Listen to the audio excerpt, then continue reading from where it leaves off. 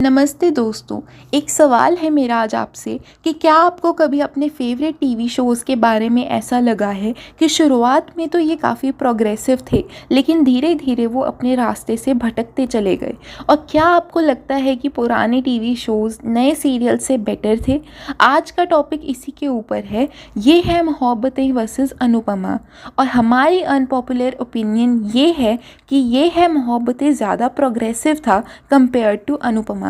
Sounds interesting right? तो चलिए शुरू करते हैं अपने डिस्कशन को। सबसे पहले बात करते हैं ये है मोहब्बतें की, जो 2013 में लॉन्च हुआ था। एकता कपूर का ये शो अपनी स्टोरी लाइन और कैरेक्टर्स की वजह से लोगों के दिल में बस गया था। इशिता का कैरेक्टर एक डेंटिस्ट, एक स्ट्रॉन्ग वर्किंग वुमेन और एक कंपैशनेट स्टेप मॉम काफ़ी यूनिक कॉन्सेप्ट था। उसके सिस्टर भी काम करती थी और शगुन प्लेड बाय अनीता एक बिजनेस वुमेन का रोल प्ले करती थी। हर एक फीमेल कैरेक्टर का एक अलग आइडेंटिटी था पूरे शो में। यहाँ तक कि अडॉप्शन जैसे सेंसिटिव टॉपिक्स को भी बहुत ग्रेसफुली हैंडल किया गया था।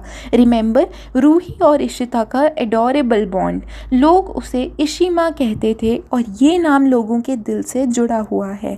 वहीं दूसरी तरफ अनुपमा की बात करें तो शुरुआत में लग रहा था कि ये एक स्ट्रॉन्ग और इंडिपेंडेंट वुमेन की कहानी होगी जो अपनी ज़िंदगी के नए चैप्टर लिखने निकलेगी, लेकिन धीरे धीरे कहानी वापस वही सास बहू और टॉक्सिक रिलेशनशिप्स पर आ गई।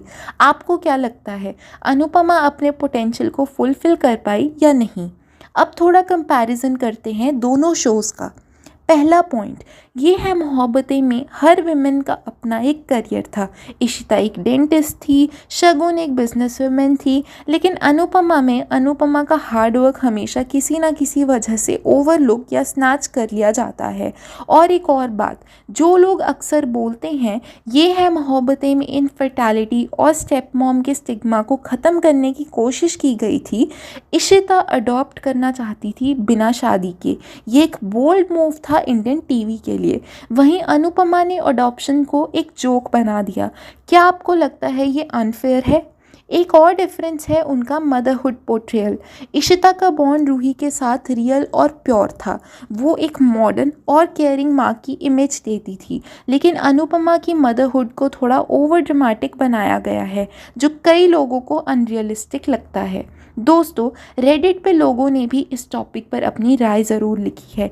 एक यूज़र का कहना है, ये है Mohabbatein was truly ahead of its time, at least for the first 250 episodes. Even today it feels timeless. आपका क्या कहना है? क्या ये है मोहब्बतें के इनिशियल एपिसोड्स इतनी इम्पैक्टफुल थी या नहीं? एक और यूज़र लिखते हैं, इशी माँ is much greater than Anupama. Ishita का बॉन्ड रूही के साथ ज़्यादा रियलिस्टिक और प्रोग्रेसिव था। बिल्कुल सही कहा, क्योंकि इशिता ने मदरहुड को एक नई डेफिनेशन पूरे शो में ज़रूर दी थी। और एक पॉइंट जो बार बार सामने आता है, Shagun wasn't just a negative character, she was also a business women. लेकिन अनुपमा की सारी फीमेल कैरेक्टर्स सिर्फ डोमेस्टिक इश्यूज़ में अटकी हुई लगती हैं। क्या आप भी इन कमेंट से अग्री करते हैं? अब बात करते हैं सॉल्यूशंस की। क्या इंडियन टीवी शोज़ को वापस प्रोग्रेसिव और रिलेटेबल बनाया जा सकता है? बिल्कुल, बस ज़रूरत है स्टोरी लाइन्स को फ्रेश और रियलिस्टिक बनाने की। मेकर्स को सास बहू से ऊपर उठकर रियल इश्यूज़ पर फोकस करना होगा।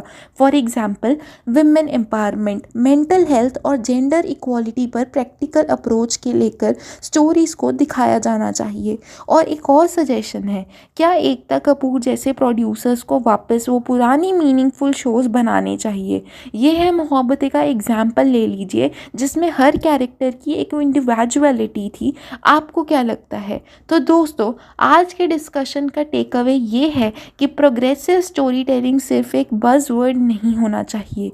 ये है मोहब्बतें जैसे शोज़ ने एक स्टैंडर्ड सेट किया था जो शायद अनुपमा मैच नहीं कर पाई, लेकिन हम उम्मीद करते हैं कि फ्यूचर में ऐसे शोज़ बने जो सोसाइटी को इंस्पायर करें और एंटरटेनिंग भी हों। आपको क्या लगता है, क्या ये है मोहब्बतें सच में ज़्यादा प्रोग्रेसिव था या नहीं? या आपके पास अनुपमा के लिए कोई अलग पर्सपेक्टिव है? अपने थॉट्स नीचे कमेंट सेक्शन में ज़रूर मेंशन करना। मिलते हैं अगले एपिसोड में एक नए टॉपिक के साथ। तब तक के लिए take care and keep watching meaningful content. Bye bye.